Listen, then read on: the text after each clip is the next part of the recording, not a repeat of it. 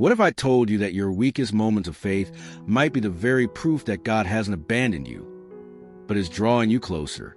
That the silence, the exhaustion, the guilt that eats at you after failing again might secretly be the sound of heaven preparing a comeback? You think you've fallen too far. You think your story with God is over. But what if this is where the real story begins? Because the Bible never hid the fact that even the strongest fell. Peter denied. David sinned. Elijah ran. Thomas doubted. And yet, every one of them found redemption, not because they were perfect, but because they couldn't stop returning. You see, faith isn't measured by how loud you shout your belief when everything is fine. It's revealed in how you crawl back to God when your heart is shattered. When your faith feels weak, that's not failure, that's exposure. It's God stripping away illusions so that what's real can finally grow. Most people think faith means never doubting. But even Jesus cried out, my God, why have you forsaken me?" What if the moment you feel furthest from God is actually the moment He's closest, testing, shaping, refining you like gold through fire? You say you failed too many times. But how can you fail a God who already factored your weakness into His plan for your redemption? The Bible says His power is made perfect in weakness. That means the parts of your life you hide in shame are the very places He plans to display His glory. Don't you see? You're not disqualified. You're being prepared. The enemy whispers, "You're done," but heaven declares, "You're just beginning." The reason you feel the war inside your soul isn't because you've lost your faith. It's because faith is still fighting. If your heart were truly hardened, you wouldn't care. But you care. You're convicted. You still long for God, and that longing is proof that grace is not finished with you yet.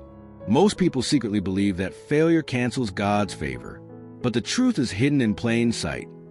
Failure often activates grace. Look at Peter. He walked with Jesus, saw miracles, and still denied Him 3 times. That should have been the end. But Jesus sought him out not with punishment, but with restoration. Do you love me? 3 denials. 3 chances to start again. You think your mistakes define you, but heaven measures your story by how many times you get up, not how many times you fall. Proverbs says, "Though the righteous fall 7 times, they rise again." Why? Because righteousness isn't the absence of failure. It's the refusal to stay down. That's the shocking truth most people miss. Your redemption doesn't start after your weakness ends. It starts right in the middle of it. God doesn't wait for you to get clean before He calls you His. He steps into the dirt with you, like He did with a woman caught in adultery. While everyone else saw sin, He saw a soul ready for mercy.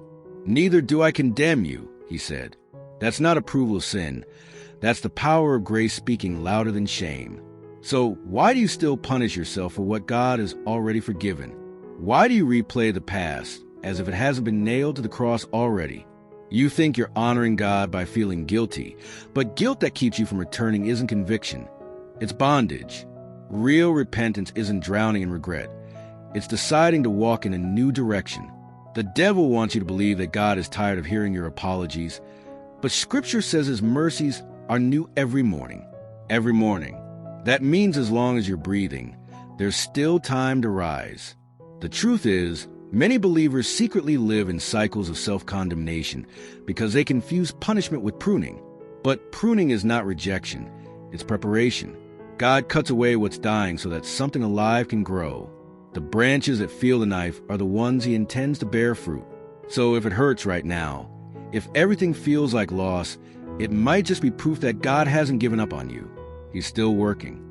He's still shaping. The warning here is subtle but real. If you let shame define you, it will blind you to redemption. Judas and Peter both failed Jesus. One ended his story in despair. The other found his purpose renewed. The difference wasn't the size of their sin. It was their response to grace. When you fall, do you run from God or toward Him? That decision defines your destiny. Don't forget, even failure has a purpose. God allowed Peter's denial so that his pride would die before his mission began. Sometimes, what feels like spiritual collapse is actually the death of self-reliance. You prayed for stronger faith. Maybe this is how God answers that prayer. Not by making you feel invincible, but by teaching you that your strength was never the point. The cross was. The shocking secret is that redemption is not earned. It's surrendered to. You can't climb your way back to God through guilt. You can only fall into his mercy. The thief on the cross had no time left to make things right, yet in his final moment of honesty, remember me, he was welcomed into paradise. One breath of humility outweighed a lifetime of failure. So what excuse do you have left? Stop saying you'll fix yourself before you return. That's pride disguised as humility. Come broken. Come empty. Come trembling. Because that's where resurrection starts. Hidden beneath your guilt is the seed of revival. Hidden beneath your failure is the soil of your next testimony. God is not waiting for a perfect version of you. He's waiting for a surrendered one. Remember this. The same hands that molded the world from dust can remake your life from ruins.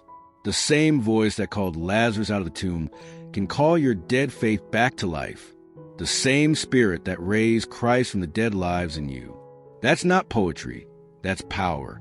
So the next time you feel like your faith is slipping, don't panic. Stand still. Breathe. Speak truth to your soul. I may be weak, but he is strong. Your weakness is not your disqualification. It's your doorway to deeper dependence. And that's the secret few understand. God never asked you to be flawless, only faithful. You fall, you rise, you fall again, and still his love does not change. That's redemption. That's grace. That's the gospel in its rawest form. Scandalous, undeserved, unrelenting love. So stop hiding in the shadows of shame. Let your wounds tell a story of mercy. Let your failures become altars of faith.